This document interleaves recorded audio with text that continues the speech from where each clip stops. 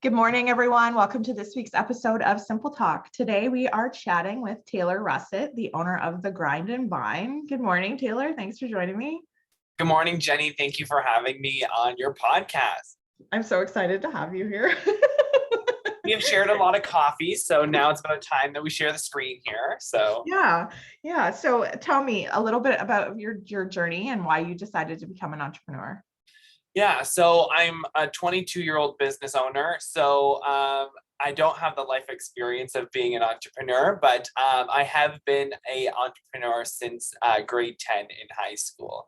I think I've always had a passion for working for myself and setting my own hours. And it started in the world of photography, doing branding and wedding photography. And then after my undergrad degree, it flourished into the Grind and Vine, which is now a coffee and wine bar in Trenton here. And for which I go there a lot. Have the big debate is if it's coffee or wine, you know? Okay. In my Yeti this morning, it's coffee. So maybe wine later. Yes, most definitely wine later. So do you have other projects going on as well? Or I heard there's always more projects. I think part of being an entrepreneur is always being able to look for open opportunities. And if you're not looking for ongoing opportunities, then you're not an entrepreneur and you're kind of stalemate in the position. And I know that that comes with feeling comfortable with the situation that you're in and a lot of situational things as well, because you can get burnt out in the entrepreneurial venture, and that prevents you from looking for further opportunities. But myself, I always make it my mission to continue looking for other ventures, such as expanding the Grind and Vine or looking into other industries. I've always been thinking of owning a wedding venue or expanding that way. So I have a deep passion for community.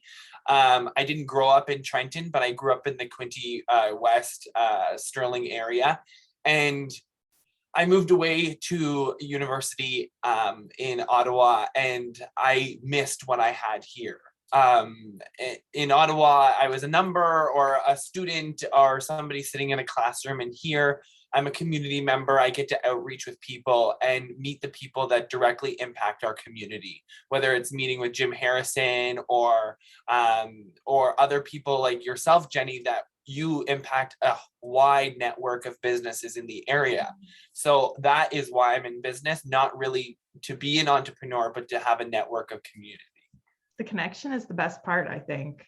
I think so. My favorite part of being an entrepreneur is meeting people and hearing all their ideas, because I'm like, I didn't think of that. How did I not think of that? So what's one piece of advice you wish you had before you started? My biggest piece of advice is a lot of people get stuck in the startup phase. And it's always an idea, and it's always something that could happen, and it's something that they don't take the leap. I've always been good at the leap, but not necessarily the planning. So I've had things just work out, but now I'm getting better at the planning aspect of it and transitioning it into action. So I've been working on mentorship with 5 other young entrepreneurs that are looking at starting businesses in this area. And my primary thing that I tell them is you can plan everything, but nothing will ever go as planned. Yeah. I thought I'd be serving a target demographic of females between the ages of 25 to 60 at the cafe. But as you can tell, Jenny, when you walk into my cafe, there's not one person that's the same. And so I think that's where our mindset should change in business and in the way that we look at it. Is you come up with an idea that you think is going to work, but you need to be willing to change it.